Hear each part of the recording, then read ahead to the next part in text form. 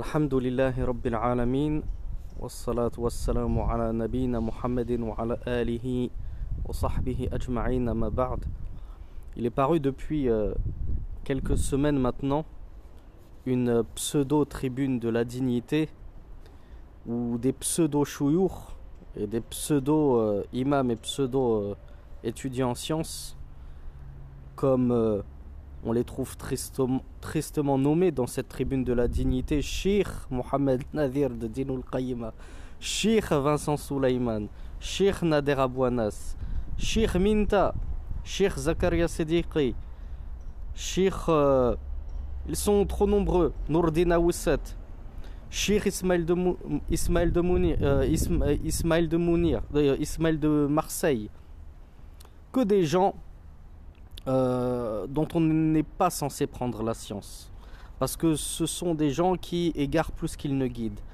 Ce sont des gens qui, par cette pseudo-défense de l'islam et la pseudo-défense de la dignité des musulmans, ne font en réalité que les fourvoyer et les embourber en terre de mécréance. Et au lieu de les appeler à la vérité, ils ne font que les appeler à une mascarade gigantesque. C'est pour cela que cette pseudo-tribune de la dignité est en réalité la tribune de la mascarade. C'est un véritable carnaval pour vous en mettre plein les yeux et vous détourner de votre véritable objectif qui devrait être normalement de tout faire pour quitter la France. Or, quel est le seul objectif de ces gens-là? C'est de garder leur trône, c'est de garder leur mimbar dans les mosquées, et pour cela ils ont besoin d'un soutien. Ils ont besoin de pantins et de marionnettes qui le soutenaient là-dedans. Jamais vous n'entendrez ces gens-là vous dire: fuyez, quittez la France, faites la hijra, partez avec votre dîn, ne restez pas dans ce pays qui petit à petit ne fait que détruire la religion de l'islam. Ne remarquez-vous pas qu'à l'époque l'islam ne posait pas trop de problèmes en France? Puis petit à petit, l'islamophobie est devenue une religion d'État. Aujourd'hui, l'islamophobie est une religion d'État. Et le moindre politique qui ne serait pas islamophobe, de quoi est-il taxé? Il est taxé d'islamo-gauchisme. C'est-à-dire que dans la sphère politique, à partir du moment où on n'est pas ouvertement et notoirement islamophobe, on est considéré comme un islamo-gauchiste, quand bien même le politique n'aurait aucune islamophilie, qu'il n'a aucun penchant pour l'islam, mais c'est juste qu'il est neutre et il ne déteste pas l'islam, il n'a pas d'animosité pour l'islam, on le taxe d'islamo-gauchiste. Ainsi est la France, ainsi est devenue la France. La France n'est laïque que de prétention et que de nom, mais il n'y a plus rien de laïque en France.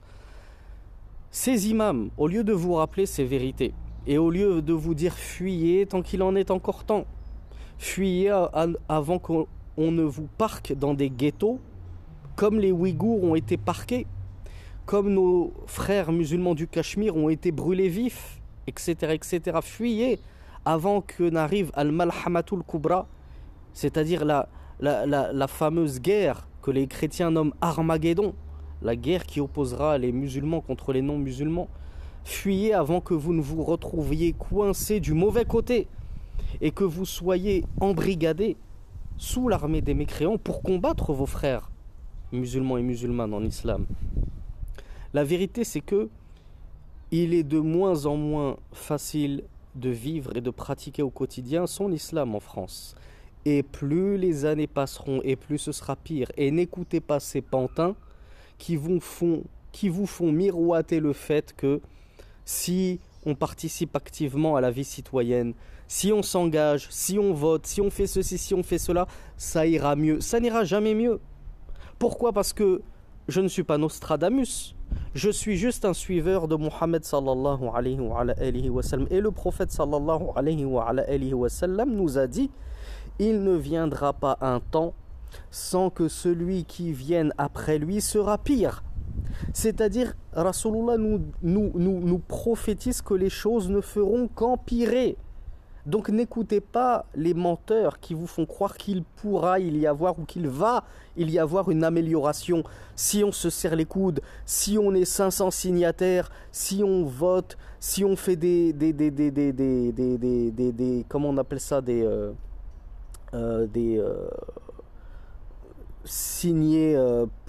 signatures, j'ai oublié le nom, des pétitions.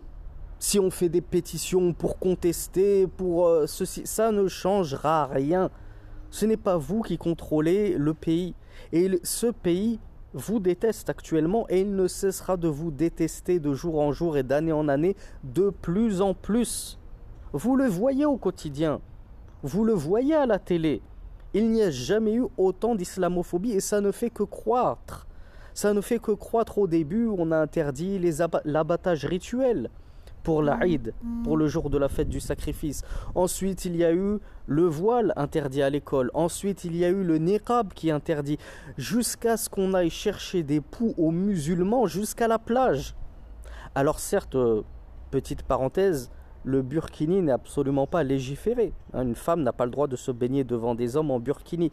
Mais les koufars ne sont pas censés le savoir que c'est interdit et pourtant ils viennent embêter nos sœurs à la plage. Vous devez enlever votre burkini. Ils ne supportent plus le moindre signe pseudo-ostentatoire de l'islam. Jusqu'à ce qu'Allah subhanahu wa ta'ala ait fini par les éprouver eux-mêmes dans leur dégoût de l'islam en les obligeant à porter le niqab maintenant, au quotidien, et en leur interdisant de se serrer la main mutuellement, les hommes et les femmes, etc. etc. Quoi qu'il en soit, ne vous faites pas berner. Si vous êtes dans une situation où la hijra ne vous est que méritoire, et ça m'étonnerait que ce soit le cas, car pour que la hijra soit simplement recommandée et méritoire, il faut que la personne soit en mesure de pratiquer ouvertement sa religion, ce qui est déjà très compliqué en France, et d'un autre côté, qu'elle puisse ouvertement condamner le kufr, la mécréance, ou al-munkar, les turpitudes. C'est-à-dire que normalement, si tu veux avoir le droit de résider dans un pays, tu dois ouvertement pouvoir porter le niqab si tu es une femme, tu dois pouvoir afficher ta barbe sans problème si tu es un homme, tu dois pouvoir refuser de serrer la main à une femme si tu es un homme, tu dois pouvoir aller prier le Jumu'ah au lieu d'être coincé à l'école, et tu dois, si tu vois des homosexuels dans la rue, pouvoir aller les voir et leur dire mais c'est abject ce que vous faites, c'est écœurant. Or, celui qui se risquerait à faire ceci en France finirait tout de suite en prison ou au mieux en garde à vue de quelques 24 heures pour le simple fait qu'il ait condamné une chose répréhensible et réprouvable telle que l'homosexualité, telle que une femme qui porte une mini-jupe, etc., etc. En admettant que vous soyez dans une telle situation, ce qui m'étonnerait fort, et ce qui est à 99% pas le cas de la plupart des musulmans et musulmanes. À 99%, aucun d'entre nous n'est capable de prêcher ouvertement à l'islam en France et de condamner ouvertement le munkar, ne serait-ce que la laïcité. La laïcité est quelque chose de condamnable en islam. Les lois de la République sont quelque chose de condamnable. La turpitude ambiante dans laquelle on baigne, même en plein 93.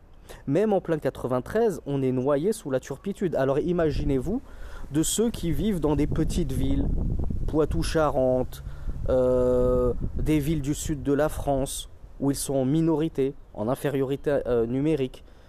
Pour eux, faire le amru bil ma'ruf wa nahy anil munkar, ordonner la bienséance et réprouver le blâmable, c'est une chose quasiment impossible, sous risque d'enfermement en prison ou risque qu'on vous prenne vos enfants pour des motifs supposés de radicalisation, etc., etc. Donc, en admettant que vous soyez dans cette situation-là, ne pensez pas qu'à vous-même, pensez aussi à votre avenir et à l'avenir de vos enfants. Déjà, votre avenir dans ce pays, comme on l'a dit, il est plus qu'incertain. Mais vous êtes amené à vous marier, je l'espère. Vous êtes amené plus tard à avoir des enfants. Lorsque votre fils aura 12 ans, qu'il sera pubère, qu'il sera obligé d'aller au Jumu'ah, que toutes les écoles islamiques seront fermées. Il y en aura 3 dans toute la France. Toi, admettons que tu te trouves dans une ville où se trouve cette école islamique, soit tu n'auras pas les moyens de la payer, car tout le monde n'a pas 2500 € par an, par enfant, Donc imagine si tu as 3 enfants, 7500 euros par an, est-ce que tu as les moyens d'offrir l'école islamique à tes enfants pour qu'ils puissent prier à l'heure, pour que ta fille puisse porter le voile? Ce n'est pas sûr. Et si tu as les moyens, qui te dit que tu auras de la place? Déjà, maintenant, 2021, il faut s'inscrire 1 an, voire 2 ans à l'avance. Et encore, c'est sur dossier. Car maintenant, ces écoles font les fines bouches et elles n'acceptent que les bons élèves. Donc si toi, ton fils ou ta fille n'a pas la grâce d'Allah d'être bon élève, eh bien tu seras coincé. Tu vas faire comment? Puisque l'école, puisque l'enseignement à la maison, l'IUF, n'est plus permis. Le CNED, l'enseignement à domicile, à distance, n'est plus permis. Tu vas être obligé, par la loi française, de mettre tes enfants dans l'école publique. Et on ne va même pas vous parler du caractère, de l'idéologie de mécréance qu'on va leur distiller dans l'école publique, puisque on est quasiment tous sortis de l'école publique, et c'est pas ce qui a fait de nous des petits soldats communistes. Mais par contre, la prière, qu'en est-il de la prière? Vos enfants vont rater 3, 4 prières en hiver parce qu'ils sont coincés à l'école et qu'ils ne peuvent pas prier à l'école. Vos filles devront se dévoiler à moitié nues pour aller à l'école. À cause de qui? À cause de toi, Akhi. À cause de toi, Ourti. Pourquoi? Parce que tu n'as pas fait le choix de partir à temps, avant qu'il ne soit trop tard, avant que ce ne soit tes enfants qui payent les pots cassés. Parce que toi, tu t'es dit, moi, je suis une sœur, j'arrive à porter le niqab dans la rue, j'ai aucun souci. Au pire, je paye une contravention par an quand je me fais attraper. Le frère dit, moi, je peux porter ma barbe. Au travail, on respecte le fait que je ne serre pas la main. Au travail, je peux faire mes prières à l'heure. Oui, ben c'est bien. Psahtkoum. Grand bien vous en fasse. Mais ne pensez pas qu'à vous. Pensez à votre descendance. Eux, ils vont être confrontés aux mêmes problématiques que vous, et pire encore. Et pire encore.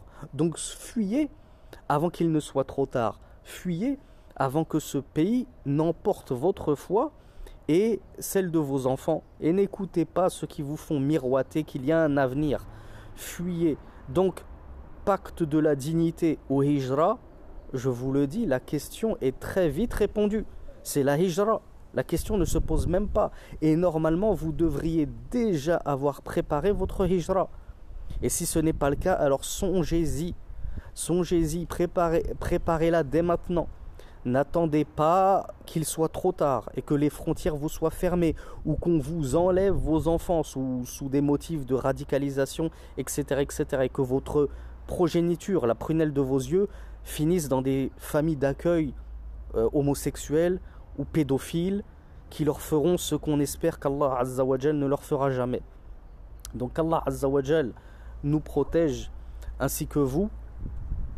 Et je tenais juste à terminer sur un petit point de fiqh pur et dur, car je reçois énormément de questions sur m'est-il permis de regrouper mes prières à cause du travail et à cause de l'école.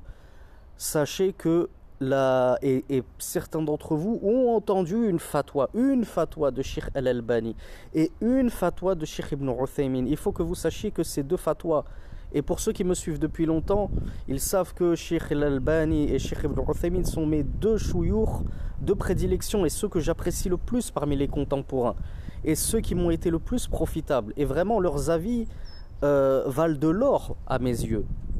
Mais pourtant, sur ce point-là, je ne peux pas vous cacher la vérité et les suivre aveuglément. Car ce sont deux avis qui sont marginaux dans le fiqh. Marginaux, c'est-à-dire qu'ils font figure d'extrême minorité, étant donné que parmi les 4 écoles, aucune n'a jamais autorisé de manquer le Jumu'ah ou de faire sortir les prières de leur heure à cause d'un travail régulier. Un travail ponctuel, ponctuellement, il m'est arrivé de devoir regrouper le Asr avec le Dhuhr parce que j'ai eu un événement impromptu et imprévu. Là, il n'y a pas de souci, notamment chez les Hanabila. Mais de manière régulière, tous les jours, je regroupe à cause de mon travail. Tous les vendredis, je rate la prière du vendredi à cause de l'école. Aucune des 4 écoles n'a permis ceci. Et Cheikh Ibn Baz lui-même n'a pas du tout suivi Ibn Uthaymin et Al-Albani en cela, et il a interdit de rater la prière pour cause d'école. Qu'Allah nous guide à la droiture, qu'Allah nous pardonne, qu'Allah nous protège et qu'Allah nous facilite la hijra. Barakallahu li wa lakum Wassalamu alaikum wa rahmatullahi wa barakatuh. Alhamdulillahi rabbil alamin. Wa salli Allahumma ala nabiyyina Muhammadin.